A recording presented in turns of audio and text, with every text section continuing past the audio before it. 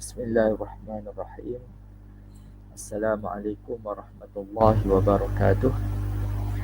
Alhamdulillah rabbil alamin wassalatu wassalamu ala asyrafil anbiya wal mursalin sayyidina wa maulana wa habibina wa syafi'ina wa zukhrina wa maulana Muhammadin wa ala alihi wa sahbihi ajma'in. Kita buka majlis kita dengan Al-Fatihah. A'udzubillahi minasyaitonir rajim. Bismillahirrahmanirrahim. Alhamdulillah rabbil alamin arrahmanir rahim maliki yaumiddin iyyaka na'budu wa iyyaka nasta'in ihdinas siratal mustaqim siratal ladzina an'amta 'alaihim ghairil maghdubi 'alaihim waladdallin. Alhamdulillah, bersyukur kita pada Allah Ta'ala kerana pada malam ini kita dipertemukan dalam majlis ilmu berkaitan dengan bahasa Arab Al-Quran. Baik, hari ini malam ini merupakan mukaddimah ataupun permulaan pengenalan berkenaan dengan bahasa Arab Al-Quran. Jadi bahasa Arab Al-Quran, bila kita sebut bahasa Arab Al-Quran ini, iaitu bahasa Arab yang mana kita akan melihat contoh-contoh daripada Al-Quran. Jadi kalau kita belajar bahasa Arab ni, dia sebenarnya kita belajar berkaitan dengan grammar lah. Dia utamanya adalah kita belajar berkenaan dengan tata bahasa Arab, yang mana dengan tata bahasa Arab tu kita dapat menganalisis lah. Kita lihat perkataan-perkataan Al-Quran itu dan kita cuba faham berdasarkan grammar. Okay, jadi kalau di luar sana banyaklah kursus-kursus bahasa Arab, ada bahasa Arab komunikasi. Jadi kalau bahasa Arab komunikasi hanya melibatkan perbualan sahajalah, jadi dia fokus kepada perbualan. Manakala kalau bahasa Arab Al-Quran, kita akan belajar beberapa grammar dan kita cuba praktiskan dengan Al-Quran, ayat-ayat Al-Quran. Baik. Jadi dalam bahasa Arab ini saya akan gunakan buku ataupun silibus, iaitu daripada bahasa Arab Kaedah Pusar, kunci memahami bahasa Arab Al-Quran Kaedah Pusar, yang dibuat oleh Ustaz Rushdi bin Ilyas. Jadi salah satu kaedah yang ada di pasaran di luar sana iaitu Kaedah Pusar. Jadi sebab apa saya guna buku ni, kerana saya melihat buku ini dia mesra kepada orang awam. Dia mesra kepada orang awam.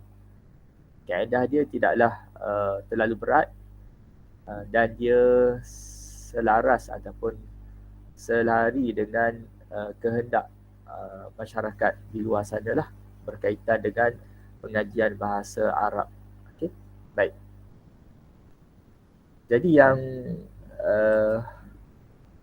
tuan-tuan dan puan-puan yang ada di sini pernah belajar bahasa Arab ke macam mana? Pernah ikuti pengajian bahasa Arab sebelum ni ataupun ini first time belajar bahasa Arab? First time. Okay, first time. Jadi first time ni, kalau dah biasa belajar bahasa Arab, okey lah, sebab pernah macam mana tahu macam mana gelombang bahasa Arab ni. Okay. Jadi dalam bahasa Arab ni memang dia ada sedikit cabaran untuk kita faham Al-Quran tu berdasarkan kaedah. Cuma nasihat saya ataupun apa yang pengalaman saya belajar ni adalah istiqamah, itu saja. Saya dulu pun first belajar bahasa Arab, saya pun start lambat juga belajar bahasa Arab ni, sebab saya masa sekolah menengah, zaman sekolah tu saya tak pernah belajar bahasa Arab. Saya belajar bahasa Arab ni selepas SPM. Itu pun umur dah 20 lebih baru saya start belajar bahasa Arab. Dan memang susah mula-mula belajar bahasa Arab ni. First time belajar tu rasa macam susah sebab tak pernah dengar istilah-istilah dia. Tapi lama kelamaan saya macam paksa diri untuk saya istiqamah. Saya masuk je kelas. Setiap kelas masuk, kalau tak faham, okey, saya masuk je kelas. Okey. Jadi saya paksa diri dengan belajar bahasa Arab ni, dan saya cuba tanyalah guru-guru yang mengajar bahasa Arab macam mana nak faham bahasa Arab. Jadi antara nasihat guru saya, dia kata bahasa Arab ni dia kata kalau kita biasa dengar, kita sentiasa dengar, jadi yang susah itu akan mudah. Daripada situlah saya faham. Jadi saya selalu dengar, kalau sekarang ni lebih mudah sebab kita ada rakaman. Okay, ada kelas-kelas yang ada rakaman. Jadi mungkin kita sentiasa boleh dengar rakaman-rakaman tu untuk memudahkan kita faham istilah-istilah. Mungkin dalam kelas tu kita tak dapat tangkap, mungkin dengan kita mendengar rakaman-rakaman tu, insya-Allah kita boleh mudah faham lah. Dan saya juga ada peserta yang belajar bahasa Arab ni, mungkin usia dia pun dalam 60-an kot, dalam lebih kurang macam itulah, hampir 60. Dan first bila saya belajar, saya buat kelas tu, dia macam ramai-ramai orang, macam peserta lain lah. Maksudnya dia tak faham. Okay, tapi saya selepas kelas saya bagi rakaman. Selepas kelas saya bagi rakaman. Tapi alhamdulillah, setiap kali rakaman tu dia dengar. Okay, dia dengar, sentiasa dengar. Jadi dia boleh follow saya punya kelas. Bahkan kalau saya tanya dia ni kalimah apa, alhamdulillah dia boleh ikut dan dia boleh jawab. Maksudnya saya tahulah kefahaman dia tu, maksudnya dia faham berkaitan dengan bahasa Arab. Okay. Jadi kalau orang yang, saya pun pernah tanya beberapa peserta,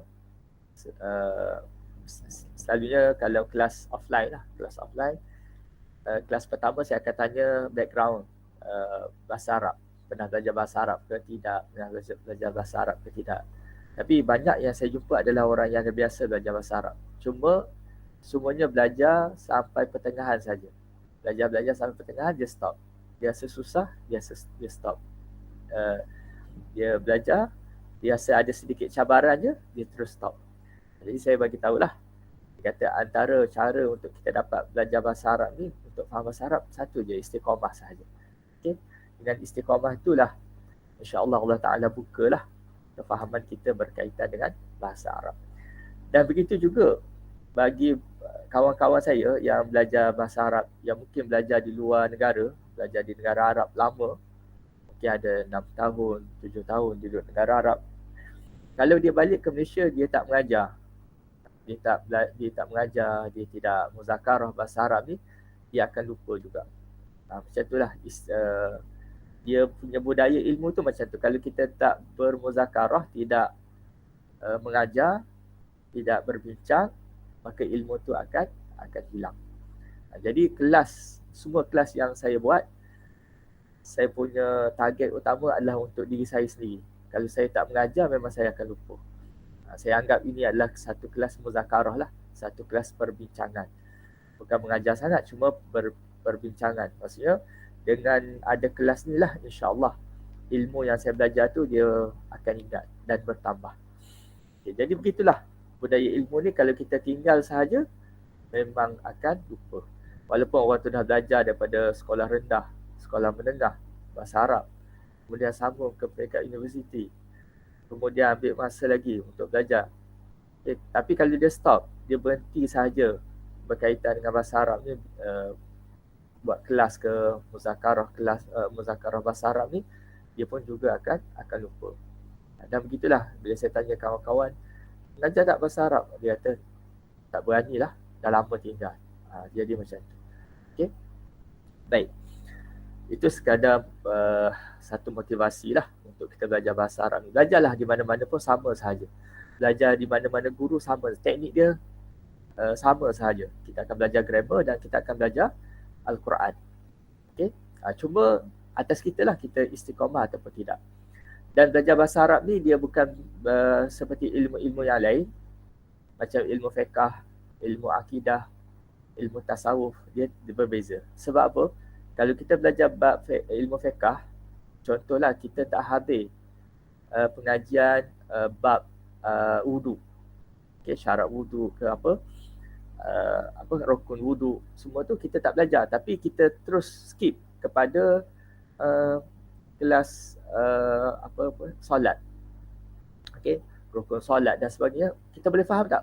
Boleh faham. Sebab setiap bab fiqh tu dia terasing, dia berasingan.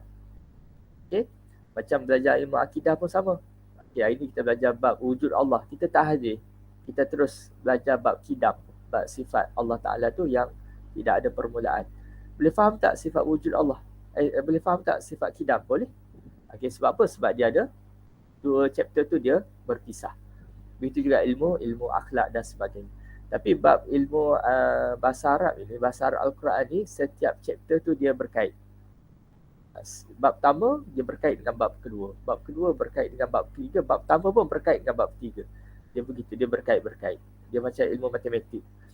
Jadi satu bab yang kita tak masuk kelas ataupun kita tak hadir ataupun kita tak tahu, maka untuk pergi bab yang seterusnya kita akan jadi tergapai-gapai lah. Tak boleh nak pergi. Sebab apa? Sebab ada step-step yang lepas ataupun kaedah-kaedah kelas yang lepas tu perlu dipraktiskan pada bab itu. Dia macam tu, bab ilmu bahasa Arab. Jadi tak boleh kita skip. Bahkan kalau kita nak belajar kitab yang tinggi terus, bahasa Arab ni kita nak ambil kitab yang terus, kitab yang paling tinggi ataupun kitab yang tinggi. Sebab dia ada step bahasa Arab ni. Kita nak ambil pengajian yang tinggi. Kita tak boleh pergi. Tak pening. Okay, dia kena ambil yang asas, kemudian flow naik satu step. Dia beza dengan ilmu lain.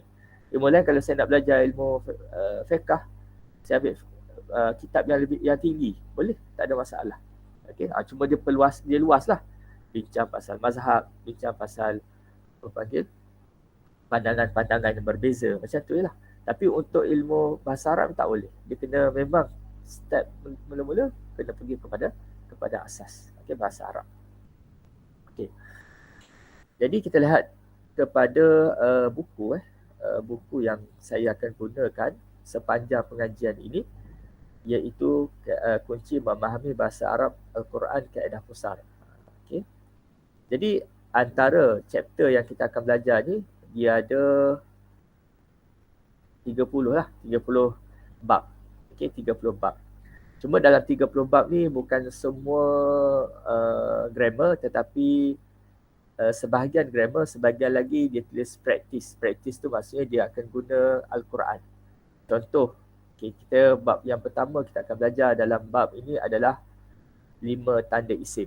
Mungkin orang yang tak pernah, peserta yang tak pernah dengar, tak pernah belajar bahasa Arab, perkataan isim ni pun dia tak tahu.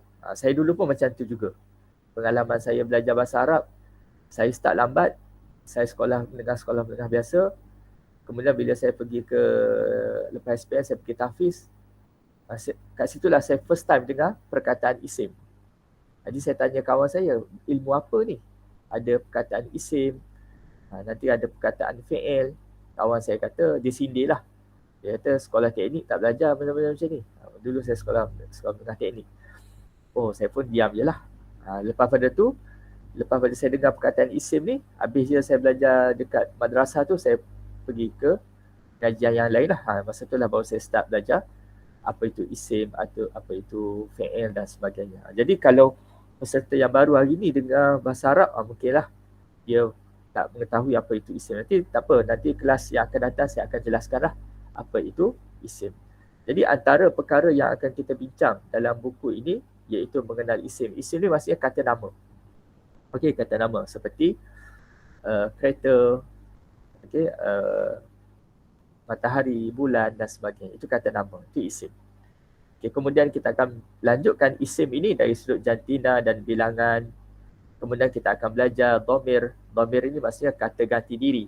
Okay, dhamir munfasil, kata ganti diri. Okay, dhamir muttasil pun sama, kata ganti diri. Kemudian kita akan masuk pelajaran yang ke-6, iaitu isim isyarah. Isim isyarah ni maksudnya kata tunjuk. Itu, ini. Okay, itu dalam bahasa Melayu kita guna itu dan ini. Cuma dalam bahasa Arab dia akan lebih luas sebab dia akan bincang dari sudut jantina, dari sudut bilangan. Dia adalah banyak perkataan yang akan digunakan. Kemudian isim mausul. Isim mausul ni contoh perkataan yang. Dia yang baik. Yang tu. Itu isim mausul. Okay, kemudian praktis. Praktis ni semua ayat Quran. Okay. Walaupun setiap chapter ni memang ada ayat Quran, tapi dia ada sediakan satu bab yang kita akan gunakan ayat Quran dan kita akan praktiskan daripada pelajaran pertama sampai pelajaran ke-6. Praktis 1, praktis 2, praktis 3. Kemudian kita akan pergi kepada haraf. Haraf ni maksudnya partikel ataupun kita katakan kata fungsi seperti ke, di, dan, kepada, itu dipanggil haraf dalam bahasa Arab. Okey. Kemudian kita akan belajar isim zaraf. Isim zaraf ni maksudnya kata nama yang menunjukkan ruang tempat, ruang tempat dan ruang masa. Okay, kemudian kita akan belajar isim istifham, kata tanya. Kemudian kita akan masuk kepada fi'il madhi. Ini fi'il ni pun salah satu kalimah yang ada di dalam Al-Quran. Fi'il ni maksudnya perbuatan, kata perbuatan. Seperti telah duduk, sedang duduk, duduklah. Tu Jadi fi'il madhi ni past tense lah. Maksudnya kata perbuatan yang lepas. Okay, fi'il mudhari', kata perbuatan sekarang. Kemudian kita akan belajar fi'il amar. Fi'il amar ni maksudnya kata perbuatan suruhan. Kita menyuruh seseorang. Makanlah, tidurlah. Okay, itu fi'il amar. Okay, kemudian kita akan belajar berkaitan dengan mudhaf, mudhafun ilaih. Ini lebih tinggi sikit lah. Mudhaf, mudhafun ilaih. Okay, mudhaf, mudhafun ilaih ni maksudnya perkataan yang disandarkan. Contoh, kita belajar suratul kahfi. Surah satu kalimah, al-kahfi tu satu kalimah. Maka suratul kahfi tu, surah tu disandarkan kepada al-kahfi. Nanti kita akan belajarlah pelajaran yang ke-16. Kemudian sifat dan mausuf iaitu macam Bismillahirrahmanirrahim. Dengan nama Allah. Allah tu apa? Siapa Allah? Yang Maha Pemurah. Yang Maha Pemurah. Yang tu dipanggil sifat. Sifat kepada Allah. Okay? Allah tu dipanggil mausuf. Okay. Kemudian yang penting dalam pelajaran ini iaitu kita belajar mubtada dan khabar. Iaitu kita belajar subjek dan predikat. Subjek predikat ni iaitu berkenaan dengan ayat lah. Daripada ayat ni lah kita faham ayat Quran. Setiap ayat Quran tu kita akan cari mana subjek dia, mana predikat dia. Contoh kita baca Alhamdulillah Rabbil Alamin. Okay. Segala puji bagi Allah, Tuhan sekalian alam. Jadi kita nak faham apa maksud daripada ayat ini. Sebenarnya Allah Ta'ala nak fokuskan apa dalam ayat ini. Itu kena faham dari sudut mubtada dan khabar. Okay, contoh. Okay, yang lain, pelajaran 19 seperti fa'il maf'ulun bih. Okay, fa'il ni maksudnya pelaku. Macam saya makan nasi. Saya tu sebagai fa'il. Makan perbuatan. Okay, nasi dipanggil maf'ulun bih. Objek. Objek. Saya tendang bola. Okay, jadi saya pelaku, fa'il. Tendang perbuatan. Bola dipanggil maf'ulun bih. Okay. Kemudian kita akan masuk praktis. Praktis ni apa yang kita belajar sebelum ni, kita akan praktiskan pada pelajaran 20. Okay, kemudian kita akan belajar fi'il mudhari' mansub, fi'il mudhari' majzum. Ini fi'il mudhari' ni maksudnya kita akan belajar juga berkenaan dengan perbuatan sekarang. Tapi nanti saya akan bagi tahulah apa itu mansub, apa itu majzum. Kemudian kita akan belajar bab hal. Hal ni menceritakan hal seseorang. Contoh, lelaki itu datang dalam keadaan tersenyum. Dalam keadaan tersenyum ni hal. Jadi dalam Quran ni ada beberapa ayat yang mana ada hal. Menceritakan hal Rasulullah, menceritakan hal Al-Quran, ayat Quran. Dia akan, itu panggil hal. Kemudian akan praktis dari doa-doa pilihan. Maksudnya dia akan sediakan doa-doa yang kita baca. Dalam Al-Quran ada doa-doa, maka dia sediakan untuk kita lihatlah apa maksud dia, apa maksud perkataan ini dan sebagainya. Baik. Kemudian kita akan belajar maf'ul mutlaq, okey, isim la nafi jinsi. Maf'ul mutlaq ni susah saya nak sebutkan. Nanti kita dalam bab ni saya akan jelaskan. Okey, isim la nafi jinsi. Okey.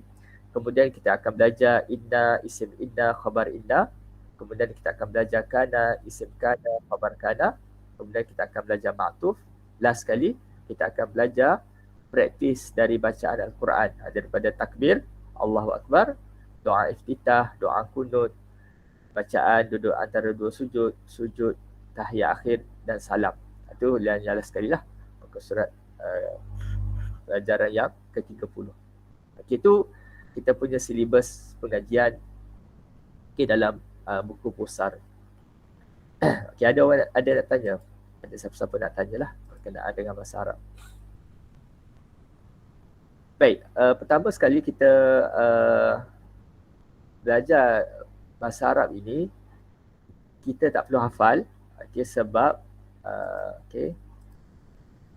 kita tak ada apa, saya tak akan tanya seorang-seorang, saya akan tanya dalam bentuk kumpulan lah. Siapa nak jawab boleh jawab, kalau tak nak jawab pun tak apa. Kalau jawab pun lebih baik lah.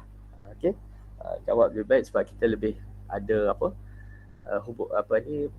dua hala lah, saya dan tuan-tuan dan puan-puan. Baik, kita punya pengajian ni tak perlu hafal sebab kita sebenarnya dia ada alat bantu belajar. Sekejap, saya tersilap.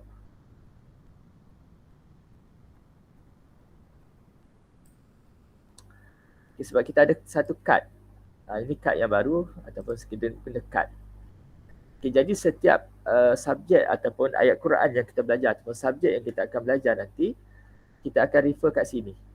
Jadi tuan-tuan dan puan-puan tak perlu hafal lah. Maksudnya kalau kita kata macam mana nak kenal kata nama dalam Al-Quran, dia dah ada dah. Dia punya teknik dia. Ada alif lam, ada tanwin, baris bawah, selepas haraf jar dan sebagainya. Macam mana nak tahu tentang fi'il mudhari'? Kita pun buka. Kat sini ada fi'il mudhari'. Contoh kata perbuatan sekarang. Maka dia ada tunjuklah macam mana kita nak kenal fi'il mudhari'. Dia ada tanda-tanda dia. Macam mana nak kenal perkataan past tense, fi'il madhi. Dia ada cara-cara dia lah. So kita tak perlu hafal. Zaman saya belajar dulu memang kena hafal lah. Contohnya kalau kita nak tahu tentang haraf, kata partikel ataupun kata fungsi. Contoh. So kita lihat di sini je lah.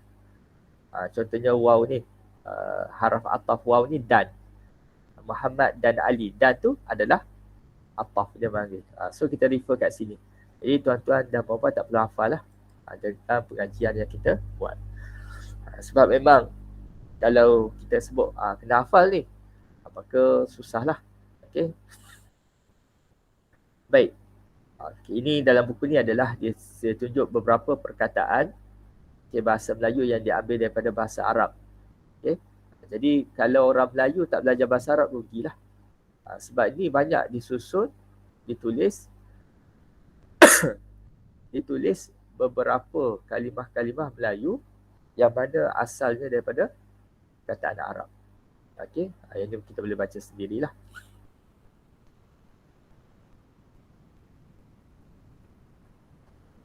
Baik.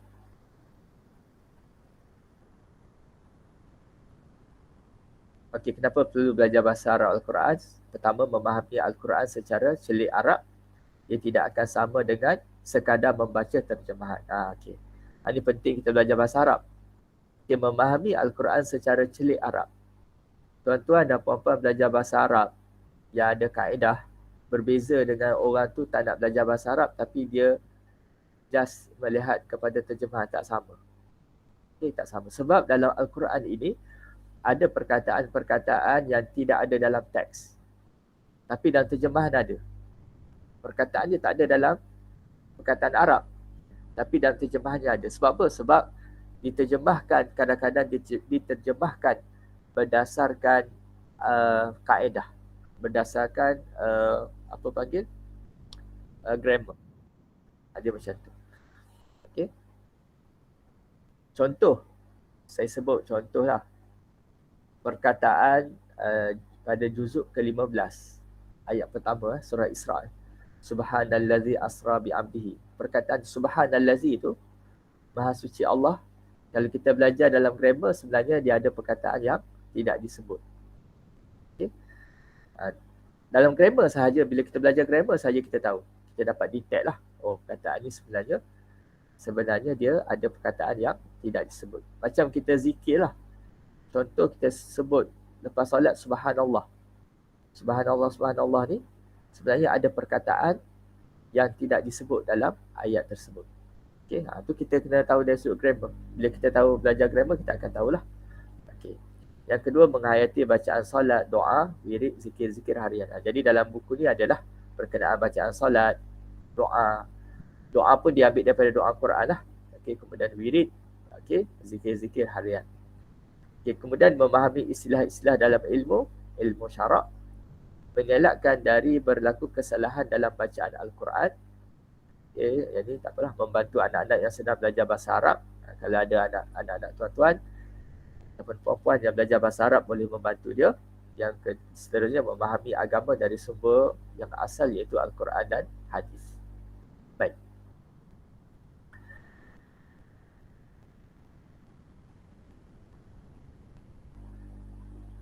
Okey, baik. Dalam buku ni, kita akan belajar kaedah pusar ni. Apa maksud kaedah pusar?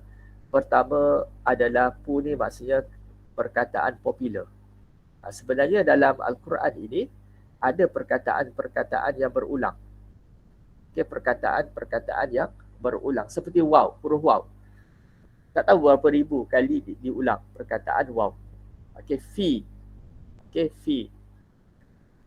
Ataupun perkataan fi. Tak tahu berapa ribu kali diulang perkataan fi itu dalam Al-Quran. Okay, baik. Kemudian sar adalah sifir. Okay. Maka di sini dia gabungkan pu adalah perkataan popular. Yang ini kita akan lihat pada kad diagram berwarna pink A dan pink B. Okay. Contohnya kat sini lah. Sebab tu saya kaedah ni dia tak perlu hafal. Okay. Dia perlu melihat kepada diagram. Contohnya perkataan isim ni, dhamir ni, tak tahu berapa ribu perkataan ini ada di dalam Al-Quran. Huwa contoh. Okey. Berapa ratus kalikah diulang perkataan huwa ni dalam Al-Quran. Okey. Jadi disimpulkan perkataan-perkataan ini dalam bentuk popular. Macam dhamir, kata ganti diri, okey, isim mausul, kata nama hubung seperti yang, okey, yang, terjemahkan dengan yang.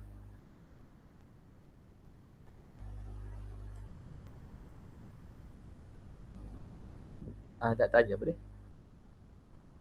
Hai Hafifah Manji. Puan boleh?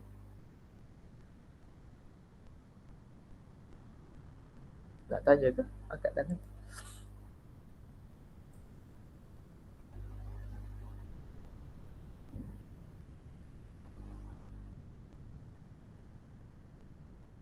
Oh, tekan. Baik-baik. Okay. Kalau nak tanya, boleh tanya terus. Mana tadi? Okey, baik. Okey, jadi dia ada lah. Ni istifham maksudnya kata tanya. Dia dah siap-siap dah. Aina, ayana, mata, ayun, maza. Okey, semua ni dah ada. Kemudian isim isyarah maksudnya kata tunjuk. Itu dan ini. Ini dan itu. Tengok, kita guna bahasa Melayu satu je. Ini, itu. Ini dekat, itu jauh. Tapi bahasa Arabnya banyak. Haza, hazani, hazihi. Okey. Jadi maksud satu je. Haza pun ini, hazihi pun ini. Haza ni, ini juga. Haulai ini juga. Cuma penggunaannya berbeza. Dia akan lihat kepada status jantina. Lelaki lain dia guna, perempuan lain. Okey. Dua lelaki lain. Dua perempuan lain. Ramai lelaki lain, ramai perempuan lain. Ramai, yang ni sama, haulai sama. Okey, untuk jauh itu. Bahasa Melayu itu, tapi dalam bahasa Arab digunakan beberapa perkataan zalika, tilka. Okey, melihat kepada jantina, perempuan berbeza, lelaki berbeza. Okey, bilangan pun berbeza. Okey, berbeza. Okey, ini adalah isim-isim yang popular yang banyak digunakan di dalam Al-Quran. Okey, kemudian isim zaraf. Isim zaraf ni maksudnya kata nama ruang. Okey, kata nama yang melibatkan ruang masa, zaman. Okey, zaman maksudnya masa. Makan ni bukan makan yang kita makan nasi tu. Makan ni tempat. Okey, zaman kita biasa guna pada zaman dahulu. Maksudnya pada masa dahulu. So zaman ni bahasa Melayu pun guna zaman, bahasa Arab pun guna zaman. Itu masa. Okey, makan bezalah. Makan kita maksudnya makan nasi semua tu. Tapi makan ni adalah tempat. Okay, ini adalah popular. Maksudnya banyak digunakan Okay, ataupun banyak digunakan di dalam Al-Quran. Okay, baik. Okay, yang kedua, ping B. Okay, ping B pula adalah partikel. Partikel dipanggil haraf. Haraf ni partikel. Macam saya pergi ke sekolah. Ke tu dipanggil partikel. Okay, saya berada di dalam masjid. Di tu adalah partikel. Okay. Jadi inilah kalimah-kalimah yang banyak digunakan di dalam Al-Quran. Yang paling banyaknya haraf jar. Haraf jar ni terlalu banyak. Okay, haraf jar. Nanti kita akan belajar lah apa maksud haraf jar, haraf taukid, okay, dan sebagainya.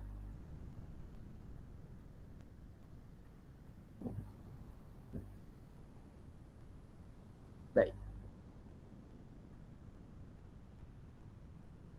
Okey, dalam buku ini bagi tahu perkataan tadi yang kita lihat diagram A dan diagram B tadi, ia adalah perkataan yang mewakili lebih kurang 40% daripada perkataan di dalam Al-Quran. Maksudnya kalau kita menguasai A dan B tadi, sebenarnya kita sudah menguasai 40% daripada perkataan-perkataan berulang. Sebab apa? Kerana dia sentiasa berulang. Okay? Sebab apa kita dapat menguasai 40%? Kerana perkataan itu sentiasa berulang. Okay, hasilnya menguasai pusaran perkataan yang berulang-ulang secara kerap di dalam Al-Quran. Okay, baik. Tentang sifir pula. SAR, maksudnya sifir, iaitu berkaitan dengan kad diagram berwarna pink, berwarna kuning B. Okay, B kat sini. Yang inilah. Yang ini diletakkan sifir. Okay, sebenarnya kita tak sentuh, tidaklah kita menyentuh subjek ni dalam buku ni sebab ini lebih sesuai disentuh pada peringkat yang lebih tinggi lah. Okay. Cuma diletakkan juga di sini supaya memberi pendedahan awal lah, okay, tentang warna kuning B. Tapi kuning A ni memang kita banyak guna. Kuning B ni saya tidak menggunakan sangat sebab saya pernah cuba eksperimen kepada peserta. Kuning B ni agak peringkat awal susah untuk dia terima. Okay, tapi kita mungkin sentuh sikit-sikit sahaja. Tapi yang banyak kita sentuh adalah kuning A lah. Okay, baik. Ia membicarakan tentang bentuk-bentuk sebutan perkataan dalam Al-Quran, hasilnya menguasai pusaran cara sebutan perkataan yang digunakan di dalam bahasa Arab. Okay.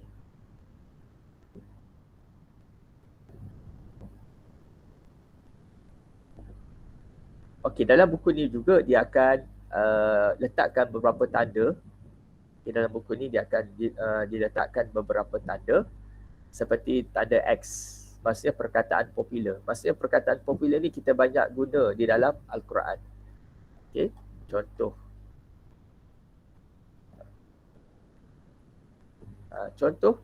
Okey. Contoh dah wal asri kan. Wal asri ni. Okey, dia akan pangkahkan pada perkataan yang biasa digunakan. Mana? Waw. Waw ni banyak digunakan. Okey, wal asri, wattin, okey. Wadduha, okey, perkataan waw ni. Okey, lepas tu inna. Okey, kemudian la, fi. Ini semua perkataan yang sentiasa berulang. Illa, allazina. Waw, diulang lagi. Waw, diulang lagi. Bi. Okey, perkataan bi. Kemudian perkataan waw, perkataan bi. Okay, yang ini dipanggil perkataan-perkataan yang sentiasa berulang.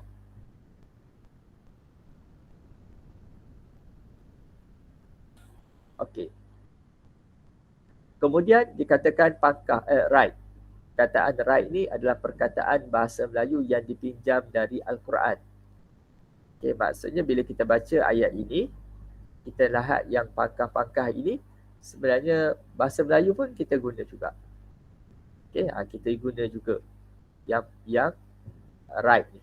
Okay, yang right ni. Contohnya, wal asri, demi masa. Ada juga ulama mengatakan demi waktu asar. Jadi asar adalah di bahasa Melayu, asar adalah sama dengan perkataan Arab, al-asri. Innal insan. Perkataan insan pun kita guna juga. Okay, untuk menunjukkan manusia. Okay. Kemudian apa lagi? Right, amanu, beriman. Okay. Beriman pun kita gunakan dalam bahasa Melayu. Okay, iman sama dengan aman lah. Aman tu. Kemudian amila, amal. Okay, kita guna juga dalam bahasa Melayu amal. Hampir-hampir sama dengan perkataan Arab. Salihat, kita guna perkataan soleh. Beramal soleh. Okay. Okay, kemudian tawasau. Tawasau ni maksudnya berpesan. Macam kita kata wasiat. Wasiat tu maksudnya berpesan. Okay, wasiat itu adalah berpesan. Jadi samalah bahasa Melayu pun guna perkataan wasiat. Jadi tawasau ni maksudnya berpesan. Bil haqq. Kita juga guna perkataan haq. Bahasa Melayu, haq maksudnya kebenaran. Okay, kamu kena bercakap haq, kebenaran yang benar. Okay. Kemudian tawasau, apa lagi yang ni? Asbis sabr. Sabar. Sabar pun kita guna bahasa Melayu. Okay, kita gunakan dalam bahasa Melayu sabar yang diambil daripada perkataan Arab. Okay, tawasau ni yang dia bintangkan begini, perkataan yang kerap berulang dalam Al-Quran. Okay, ini sebab dia dah ulang dah. Tawasau sekali, tawasau kali kedua, maka dibintangkan begini. Baik. Kemudian dinomborkan ialah yang tidak diketahui maknanya. Perkataan yang berwarna merah pada setiap contoh. Di dalam ni tak ada. Khusrin. Okay, ada. Okay, khusrin. Kerugian. Jadi kita tak tahu maksud khusrin. Okay, kalau kita baca wal asri innal insana lafi khusrin, kita satu je perkataan yang kita tak tahu, khusr. Perkataan khusr maksudnya rugi. Okay, yang kita tak guna dalam bahasa Melayu. Baik. Okey. Okey, cuma kita belajar ni bukanlah boleh mentafsirkan Al-Quran, kerana kita nak tafsirkan Al-Quran ni tidak boleh semata-mata membaca terjemahan. Terjemahan ni hanya membantu saja untuk kita memahami makna perkataan, tetapi dalam bentuk pentafsiran kena lihat kepada kitab-kitab tafsir lah. Okay, kita lihat macam mana ulama-ulama tafsir dalam mentafsirkan ayat tersebut. Okay. Jadi kalau kita lihat bahasa Arab ini, sebenarnya dia merupakan ibu kepada ilmu-ilmu agama lah. Kalau tuan-tuan belajar di peringkat yang lebih tinggi ataupun belajar dalam bidang-bidang yang berbeza dalam agama, dalam ilmu agama ni, dia punya tunjang utama dia adalah bahasa Arab. Kalau orang tu tak boleh bahasa Arab, maka dia dah tak boleh pergi mana-mana pengajian dalam ilmu agama lah. Sebab kita faham ilmu agama ni kebanyakan dia punya sumber utamanya adalah semuanya teks-teks dalam bahasa Arab. Jadi dia tak faham dari sudut grammar bahasa Arab, dia nak baca teks-teks bahasa Arab. Okay? Yeah.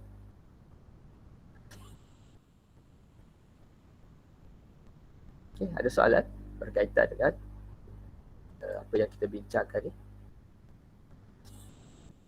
Okey, sini dia bagi tahulah. Nota nombor 5, perkataan bahasa Melayu yang dipinjam dari Al-Quran. Okay, dalam surah Al-Asr, iaitu Al-Asr. Al-Asr maksudnya asar. Insan. Amanu beriman. Amilu beramal. Okay, salihat maksudnya amal salih. Tawasau, wasiat, pesan berpesan. Al-haq, kebenaran. As-sabr, sabar. Okay, baik. Okey, kita cuba nak faham. Okey, baik. Okey, 5 tanda pengenal isim. Baik. Kita akan masuk sikit mukadimah dalam pengajian ini. Okay, first kali apa yang saya nak kongsikan berkenaan dengan Al-Quran, bahasa Arab Al-Quran. Kita akan bincang berkenaan dengan Al-Quran. Okay, Al-Quran ni kita faham bahawa dia adalah kalamullah. Okay, firman. Okay, ataupun kata-kata Allah Ta'ala. Maka dalam Al-Quran ini, okay, dia akan mengandungi ayat lah. Okay, mengandungi ayat Al-Quran. Okay. daripada ayat-ayat Al-Quran ini, kita cuba nak memecahkan pada skop yang lebih kecil. Okay, kita akan jumpa perkataan. Okay, perkataan-perkataan yang ada di dalam Al-Quran lah. Okay, kalau kita kecilkan perkataan ni, kita akan jumpa huruf. Huruf hijaiyah tu lah, alif sampai ya tu. Okay, yang ni kita tak belajar lah alif sampai ya tu, sebab saya tahu tuan-tuan dan puan-puan semua boleh baca Quran. Jadi bila semua boleh baca Quran, maka alif sampai ya tu semua dah tahulah, dah kuasai. Dia berbeza kalau kita belajar bahasa Arab di luar negara. Ada kursus-kursus yang dia buka untuk pengajian bahasa Arab ni untuk orang bukan Islam, orang Korea, orang Jepun dan sebagainya datang untuk belajar bahasa Arab. Maka peringkat pertama dia akan belajar tentang huruf hijaiyah lah, alif sampai ya. Macam mana nak sebut alif, macam mana nak sebut ya, alif atas macam mana, alif bawah punya macam mana, okay, baris atas macam mana dan sebagainya. Itu peringkat awal. Tapi kita semua ni dah melepasi dah ni. Cuma bahasa Arab yang kita akan belajar ini adalah first kali kita akan mengenal tentang perkataan-perkataan yang ada di dalam Al-Quran. Jenis-jenis perkataan yang ada di dalam Al-Quran dan bagaimana kita nak mengetahui dia punya tanda-tanda. Tanda-tanda pada perkataan tu kita tahu, oh dia ni jenis perkataan ini, yang ni jenis perkataan ini, yang ni jenis perkataan ini. Contoh. Okey. Okay, jadi kita akan fokus utama adalah perkataan. Setelah faham perkataan ini, barulah kita akan naik kepada step yang lebih tinggi, iaitu ayat-ayat Al-Quran. Jadi kita nak analisis ayat Al-Quran. Okay, baik. Jadi kalau dari sudut perkataan dalam Al-Quran ini, okay, dia akan terbahagi kepada 3 sahaja. Okay, jenis perkataan yang ada di dalam Al-Quran ini, dia hanya terbahagi kepada 3 sahaja, tak lebih. Tak kurang dan tak lebih. 3 sahaja. Okey. Jadi apa perkataan dia? Perkataan pertama adalah isim. Okey, isim Jadi yang pertama. Okey, yang kedua fi'il. Okey, fi'il. Sini buku ni sesuai lah sebab dia tulis bahasa Arab, isim, kemudian dia tulis dalam bahasa Rumi. Okey, isim, fi'il. Kemudian yang ketiga adalah haraf. Okay, dalam ketiga-tiga ni, perkataan yang paling banyak dalam Al-Quran adalah kata nama lah. Kata nama paling banyak.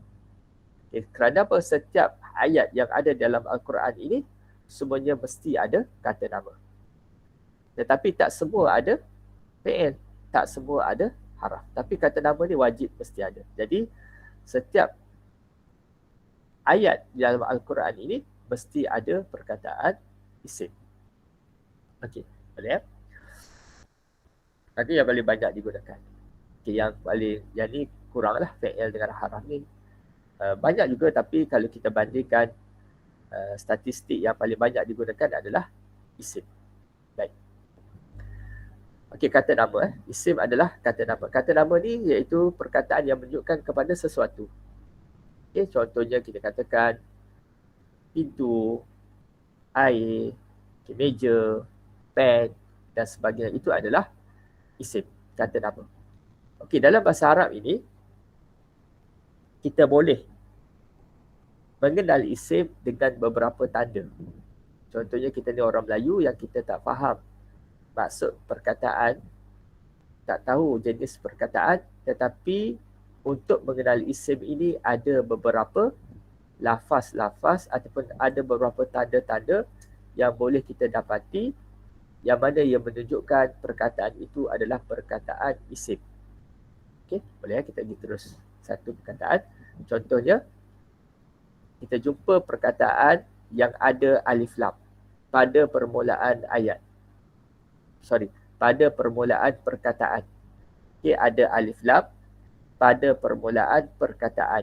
Contoh, al-masjid.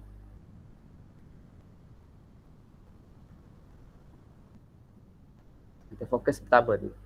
Okey, jadi diagram pertama ni ataupun carta yang pertama ni sebenarnya dia nak fokus pada isim. Okay, walaupun dia memperkenalkan ketiga-tiga perkataan, tapi first kali dia nak mengenal berkenaan dengan isim. Okay? Sebab tu fi'il tu dia tak bagi tahu macam mana nak kenal fi'il. Okay, macam mana haraf. Okay, cuma dia fokuskan isim. Nanti kita akan faham jugalah nanti berkaitan dengan fi'il, macam mana nak kenal fi'il madhi, fi'il mudhari'. Okay, yang pertama ni adalah mengenal isim. Okay, cara dia yang pertama iaitu perkataan. Okay, antara cara kita nak mengenal isim kata nama ini iaitu kalau kita baca Quran, kita dapati perkataan itu ada alif lam pada permulaan perkataan. Tak kisahlah kalau kita belajar tajwid, kita belajar alif lam syamsiyah, alif lam qamariyah. Okey, contoh. Ada alif lam syamsiyah, alif lam qamariyah, sama sahaja. Okey, maksudnya bila ada alif lam, dia membawa jenis perkataan itu adalah jenis isim, perkataan isim. Contoh dia adalah al-masjid. Contoh. Al-masjid. Jadi al-masjid ini adalah perkataan isim. Memang kita tahu masjid ini tempat solat. Memanglah kata nama. Tetapi bila kita belajar grammar ni, antara cara untuk kita mengenal perkataan itu adalah isim iaitu dengan adanya alif lam. Okey, al-masjid. Okey, baik. Itu yang pertama. Yang kedua, cara kita nak mengenal isim adalah kita melihat perkataan-perkataan yang ada di dalam Al-Quran dan kita dapati adanya tanwin. Contohnya madrasatun. Okay, ada tanwin di hujung.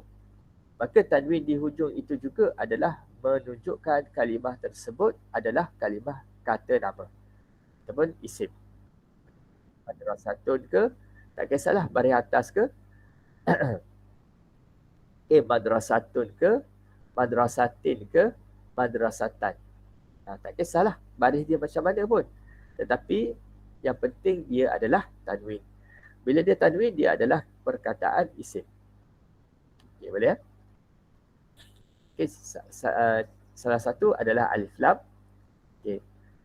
Seterusnya tanwin. Okey. Kemudian yang ketiga adalah kita melihat perkataan Al-Quran dalam Al-Quran itu dan kita dapati perkataan itu berbaris bawah. Contoh di sini al-muallimi. Okey. Al-muallimi. Al-muallimi ni adalah kalimah isim. Walaupun kita tahu al-muallimi ni ada alif lam, betul. Alif lam ni merupakan salah satu tanda isim. Okay, yang kedua adalah tanwin. Yang kedua adalah baris bawah. Baris bawah ni pun menunjukkan tanda isim. Okay. Sebab kalau perkataan lain nanti perkataan fi'il dia tak boleh baris bawah. Okay, perkataan isim sahaja yang boleh baris bawah. Okay. Dia baris bawah ni pada hujung ni sebenarnya baris pada hujung ni dia boleh bertukar. Contoh masjidu, masjidi, masjidah. Okay, cuma apabila kita dapati perkataan yang mana dia berbaris bawah itulah salah satu tanda isim ataupun salah satu tanda yang menunjukkan perkataan itu adalah perkataan isim. Okey. Okey. Yang ketiga adalah mudhaf. Mudhaf ni dalam bahasa Arab, bahasa Melayunya adalah sandar. Okay, bila kita sebut sandar ni, dia mesti ada dua item lah. Macam saya sandar ke dinding. Maksudnya saya satu item, dinding satu item. Jadi kalau kita sebut mudhaf di sini, maksudnya sandar. Sandar. Menyandar. Sandar.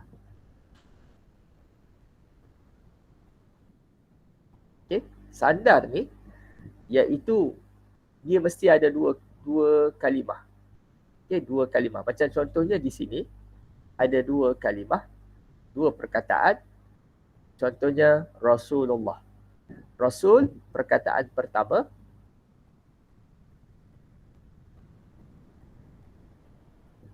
Okay, dan Allah, perkataan yang kedua. Okay, Rasul, perkataan yang pertama. Allah, perkataan yang kedua. Jadi perkataan pertama ini Rasul disandarkan kepada Allah. Okay, perkataan Rasul ini disandarkan kepada perkataan Allah. Sebab apa disandar? Supaya maksud dia tu khusus. Sebab bila kita sebut Rasul sahaja, perkataan Rasulun, okay, biasanya dia ada tanwin lah. Kalau tak ada alif lam, dia akan tanwin. Rasulun. Okay, contoh. Rasul maksudnya utusan. Jadi utusan ni tak semestinya utusan para nabi, tak. Rasul ni utusan ni banyak maksud dia. Okey, boleh jadi utusan raja, menteri, utusan Perdana Menteri dan sebagainya. Tetapi bila kita sandarkan kepada Allah, dia sudah membawa maksud yang khusus, iaitu Nabi Muhammad sebagai contoh. Okey, ataupun kita kata Nabi Musa dan sebagainya. Jadi maksudnya khusus. Contoh yang lain yang sandar ni, contohnya yang saya bagi tahu tadi lah, iaitu contoh perkataan Suratul Kahfi.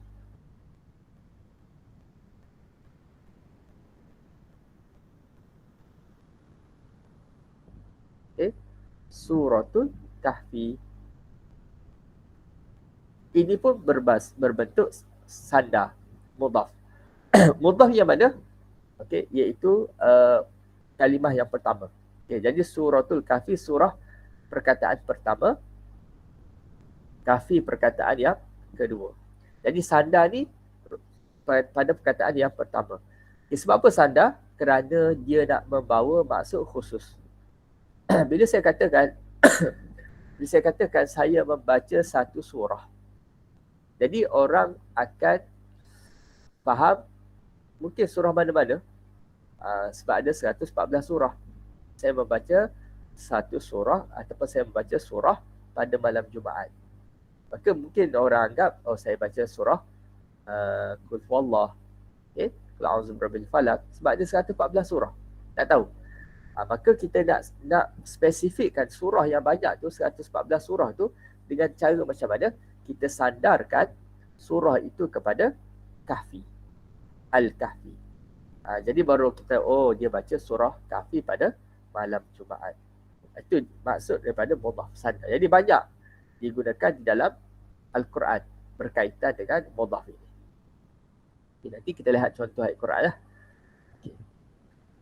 Okay, seterusnya, yang terakhir berkaitan dengan isim ini, iaitu perkataan isim berada selepas haraf jar dan haraf nida.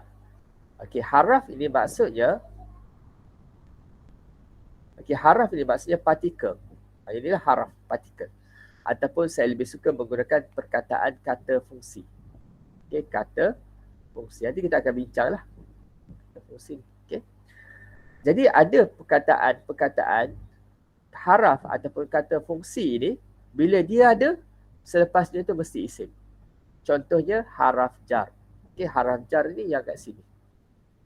Ini semua haraf jar. Min, ala, bi, ila, fi, kaf, an, rubba, li dan la.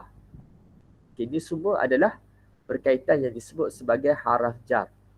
Ataupun kita sebut kata sendi. Okay, kata sendi. Maka bila ada perkataan-perkataan ini, min ke, ala ke, bi ke, ila ke, fi ke, kaf ke, an ke, rubba, li dengan la ke, semua ni selepasnya mesti kata nama. Kata nama selepasnya. Jadi salah satu cara kita nak mengenal kata nama adalah kita memahami haraf jar ini selepas haraf jar adanya kata nama. Contoh di sini kata min ma'in. Min haraf jar, min haraf jar sama dari ma'in, ai. Jadi ai ini adalah kata nama, isim. Okay? Jadi banyaklah. Kalau ala apa semua ni, semua tu selepasnya adalah isim. Okey. Dan yang kedua, cara nak mengenal kalimah isim, kata nama adalah dengan iaitu berada selepas haraf nida. Okey, haraf nida. Haraf nida ni maksudnya haraf partikel ataupun kata fungsi. Nida maksudnya seruan. Kita menyeru seseorang. Contoh yang diberikan, ya Umar, wahai Umar. So ya ni adalah haraf nida. Okay, haraf nida. Dan selepas haraf nida, Umar adalah isim. Sebab apa? Kerana bila kita menyeru kepada seseorang, kita tak akan menyeru melainkan nama orang. Okay? Kita tak akan menyeru perbuatan. Wahai tendang, wahai tidur. Tak. Kita akan menyeru seseorang. Wahai orang yang tidur. Wahai orang yang menendang bola, sebagai contoh. Maksudnya bila kita menyeru, mesti kita menyeru perkataan nama seseorang. Okay? Ataupun panggilan seseorang. Maka selepas ya itu adalah isim. Okay, baik. Okay, yang terakhir sedikit saya nak jelaskan kat sini. Okey, untuk tanda isim ini,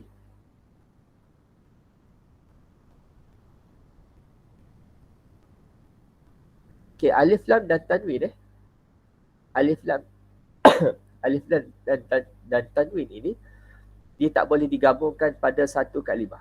Contoh, al-masjidun.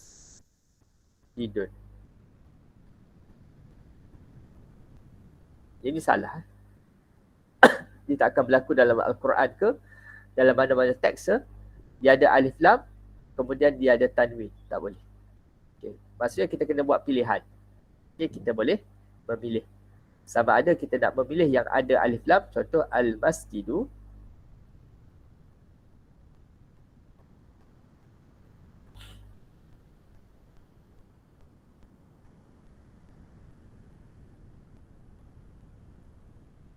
Ataupun masjidun.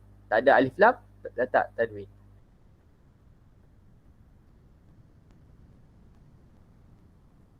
Macam tu. Okay, dia tak boleh gabungkan sekali. Okay, tak boleh gabungkan alif lam, kemudian kita gabungkan ada tanwin. Tak. Dia kena pilih. Sama ada al-masjidu ataupun masjidun. Nanti kita akan bincanglah.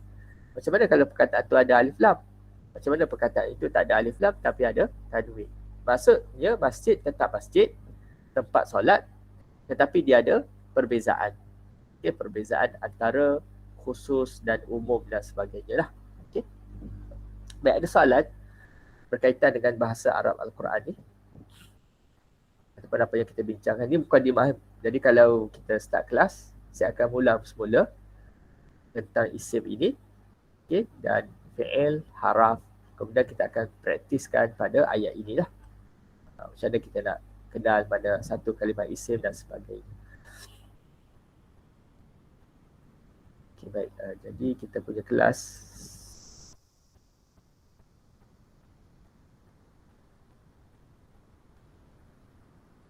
okay, baik. Baik, selepas ni tuan-tuan dan puan-puan cuba kontaklah kepada admin jika berminat untuk menghadiri kelas bahasa Arab Al-Quran ini. Itu sahajalah mukadimah dia. Perincian-perincian insya-Allah kita akan menjelaskan pada pengajian yang akan datang. Jadi setakat ini dahulu saya mohon maaf jika ada salah dan silap. Okey, yang baik itu daripada Allah, yang kurang baik itu daripada kelemahan diri saya sendiri. Kita tutup majlis kita dengan tasbih kafarah dan suratul asr. Astaghfiruka wa atubu ilaik. Bismillahirrahmanirrahim. Wal-'asri innal insana fi khusr allazina amanu wa 'amilus salihati wa tawassaw bil haqqi wa tawassaw bis sabr. Assalamualaikum warahmatullahi wabarakatuh. Waalaikumsalam warahmatullahi wabarakatuh.